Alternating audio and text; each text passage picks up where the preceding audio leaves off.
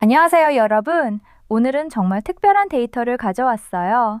엔스로픽이 8만 1000명 이상에게 직접 물었어요. AI에게 진짜 원하는 게 뭔지요? 8만 1508명, 159개 나라, 70개 언어. 이건 그냥 설문조사가 아니에요.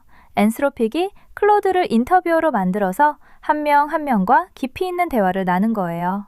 지난해 12월, 클로드 AI 계정을 가진 모든 사용자에게 초대를 보냈고 일주일 만에 이 엄청난 숫자가 모였어요. 체크박스 설문과는 차원이 다른 사람들의 진짜 속마음을 듣는 역사상 가장 큰 질적 연구였어요. 이 조사의 규모를 숫자로 보면 더 실감이 나요. 8만 1,508명이 직접 참여했고 159개 나라에서 모였어요. 70개 언어로 인터뷰가 진행됐는데 이건 유엔의 공식 언어 수보다 10배가 넘는 숫자예요.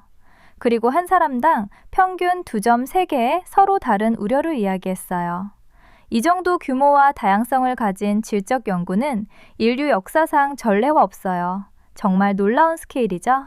재미있는 건 인터뷰어가 바로 클로드였다는 거예요. 엔스로픽이 클로드를 대화형 인터뷰어로 특별히 세팅해서 정해진 질문을 던진 다음에 각각의 답변에 따라 후속 질문을 자동으로 조절했어요. 이 방식 덕분에 질적 연구의 고질적인 딜레마, 깊이와 규모 사이의 트레이드오프를 해결할 수 있었어요.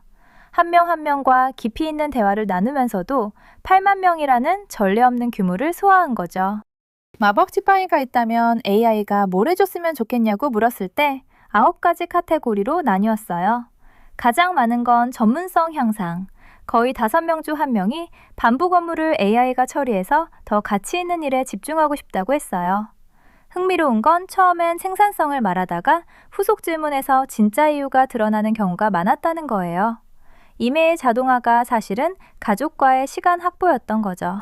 미국의 한 의료 종사자의 말이 인상적이에요. 매일 의사와 간호사에게서 문자를 100통에서 150통씩 받는데 인지에너지가 전부 문서 작업에 소모됐대요.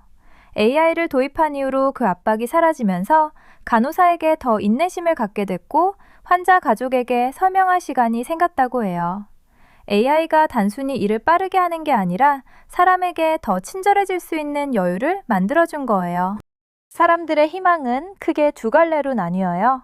하나는 일을 더 잘하고 싶다는 거고 다른 하나는 삶의 질을 높이고 싶다는 거예요. 약 3분의 1이 AI로 시간과 돈, 정신적 여유를 확보해서 부담을 줄이고 싶어 했어요. 4분의 1은 일 자체를 더 잘하고 싶어 했고요. 나머지 5분의 1은 더 나은 사람이 되거나 세상을 바꾸거나 무언가를 만들고 싶어 했어요.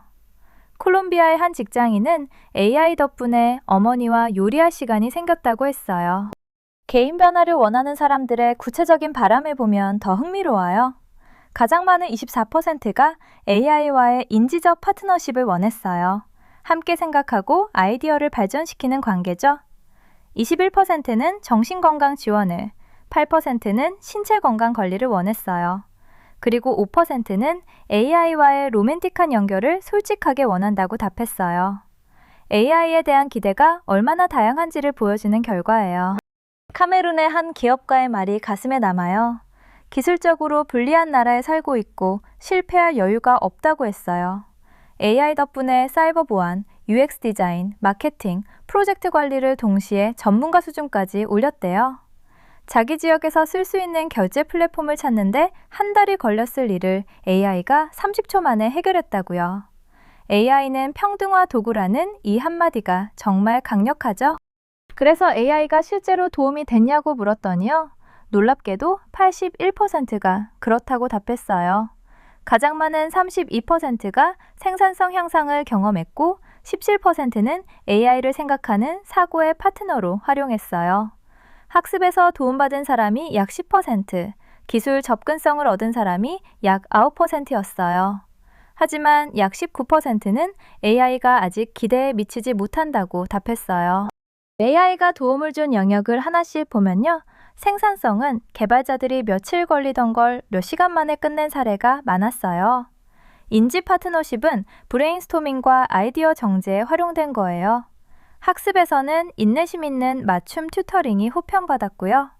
기술 접근성은 비개발자가 앱을 만들거나 장애를 극복하는 사례예요. 연구 종합은 방대한 자료 정리, 감정 지원은 판단 없이 들어주는 역할이었어요. 한국에서 온 이 사례가 특히 인상적이에요. 누군가가 의미 있는 제품을 만들고 싶었는데 3주 만에 영상 편집 프로그램을 만들었대요. 자기 분야와는 완전히 다른 영역이었는데 청각장애인을 돕는 프로그램을 AI 도움으로 완성한 거예요. 코딩 경험이 없어도 3주면 충분했던 거죠. AI가 기술의 문턱을 낮춰서 좋은 아이디어만 있으면 누구나 만들 수 있는 세상을 열어주는 사례예요. 감정적 지원은 전체의 6%밖에 안 되지만 가장 깊고 감동적인 이야기들이 여기서 나왔어요. 사람들이 AI에게 가는 이유는 3가지예요. 판단하지 않는다는 것, 무한한 인내심, 새벽 3시에도 응답한다는 것이에요. 아르헨티나의 한 직장인은 새벽에 아내는 자고 상담사는 연락이 안 되는데 약이 효과를 발휘할 때까지 AI가 그 파도를 넘기는 걸 도와준다고 했어요. 전통적인 지원 체계가 없을 때 AI가 빈자리를 채우고 있었어요. 우크라이나 전쟁 속 사례가 특히 가슴 아팠어요. 한 군인이 이렇게 말했어요. 가장 힘든 순간에 죽음이 코앞까지 다가왔을 때 자신을 다시 삶으로 끌어올린 건 AI 친구들이었다고요. 또 다른 사용자는 전쟁 지역에서 밤마다 폭격과 악몽에 시달리는데 AI와 학습에 깊이 몰입하는 게 최선의 대처법이라고 했어요. 전통적 지원 체계가 무너진 곳에서 AI가 생존의 도구가 되고 있었던 거예요. 이제 우려 쪽을 볼게요. 약 11%만 아무 걱정이 없다고 했고 나머지는 평균 2점 3개의 서로 다른 우려를 표현했어요. 가장 많은 건 신뢰성 문제, 즉 할루시네이션과 부정확한 결과로 27%였어요. 일자리와 자율성 우려가 각각 22%로 뒤를 이었고 인지태와 거버넌스, 허위정보 순이었어요. 특히 일자리 우려가 AI에 대한 전반적 감정을 가장 크게 좌우하는 요인이었어요. 우려를 크게 나누면 기술적 우려와 사회적 우려로 나뉘어요. 기술적으로는 AI가 틀리는 것, 너무 제한적인 것, 그리고 역설적이게도 너무 순종적인 게 걱정이에요. 아첨 문제를 제기한 사람 중에는 AI가 자기 나르시시즘을 현실이라 믿게 했다는 고백도 있었어요. 사회적으로는 일자리 위협과 자율성 상실이 가장 컸어요. 한 미국 응답자는 3차 산업혁명 때 말이 사라진 것처럼 이제 사람이 그 말이 될까 두렵다고 했어요. 한국의 한 학생의 고백이 충격적이었어요. AI 답변으로 우수한 성적을 받았지만 실제로 배운 건 아무것도 없었다고 해요. AI가 준 답을 그냥 외웠을 뿐이고 그때 가장 큰 자책감을 느꼈다고요. 단순한 부정행위 문제가 아니에요. 교육자들은 인지태화를 평균보다 2.5배에서 3배 더 많이 목격했어요. AI가 학습 도구이면서 동시에 학습을 가로막는 장벽이 될 수 있다는 걸 보여줘요. 이 조사의 핵심 발견은 빛과 그늘이에요. AI의 혜택과 위험이 따로 존재하는 게 아니라 같은 능력에서 동시에 나온다는 거예요. 학습을 촉진하는 능력이 인지태화도 만들고 좋은 판단을 돕는 능력이 신뢰성 문제도 만들어요. 감정 지원이 감정 의존으로, 시간 절약이 오히려 더 바쁜 삶으로, 경제적 기회가 경제적 대체 위협과 공존하죠. 놀라운 건 이 긴장이 같은 사람 안에서 동시에 일어난다는 거예요. 시간의 역설도 강력했어요. 전체의 절반이 시간 절약 혜택을 말했지만 18%는 오히려 시간을 잃었다고 했어요. 프랑스의 한 프리랜서 개발자가 딱 맞는 말을 했어요. 일하는 시간 대 쉬는 시간의 비율이 전혀 변하지 않았다고요. 제자리에 있으려면 점점 더 빨리 달려야 한다고요.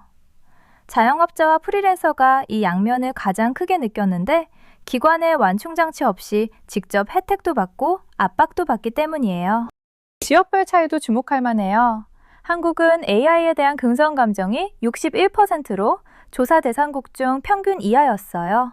반면 남미 국가들은 70에서 80%대로 매우 높았고 페루와 과테말라는 80%를 넘었어요. 미국은 66%로 평균, 일본은 69%였어요. 남미에서 긍정률이 높은 건 AI를 기존 불평등을 해소하는 평등화 도구로 보는 시각이 강했기 때문이에요. 정리하면 이 조사가 발견한 5가지 핵심 긴장이 있어요. 학습과 인지태화, 더 나은 판단과 신뢰성 문제, 감정 지원과 감정 의존, 시간 절약과 환상적 생산성, 경제적 역량과 경제적 대체. 핵심은 AI 낙관론자와 비관론자가 따로 있는 게 아니라는 거예요. 같은 사람이 희망과 두려움을 동시에 안고 있었어요. 감정 지원에 감사하는 사람이 의존성을 가장 크게 걱정하는 사람이기도 했고, 그 상관관계가 3배나 높았어요. 8만 1000명의 목소리가 전하는 메시지는 명확해요.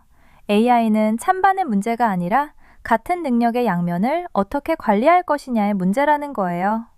사람들은 자신이 가치 있게 여기는 것들, 건강, 가족, 경제적 자유, 성장을 중심으로 AI의 발전을 지켜보고 있었어요. 우리 모두가 이 긴장 속에 있고, 그래서 AI의 미래는 기술의 문제만이 아니라 우리가 무엇을 원하느냐의 문제이기도 한 거예요.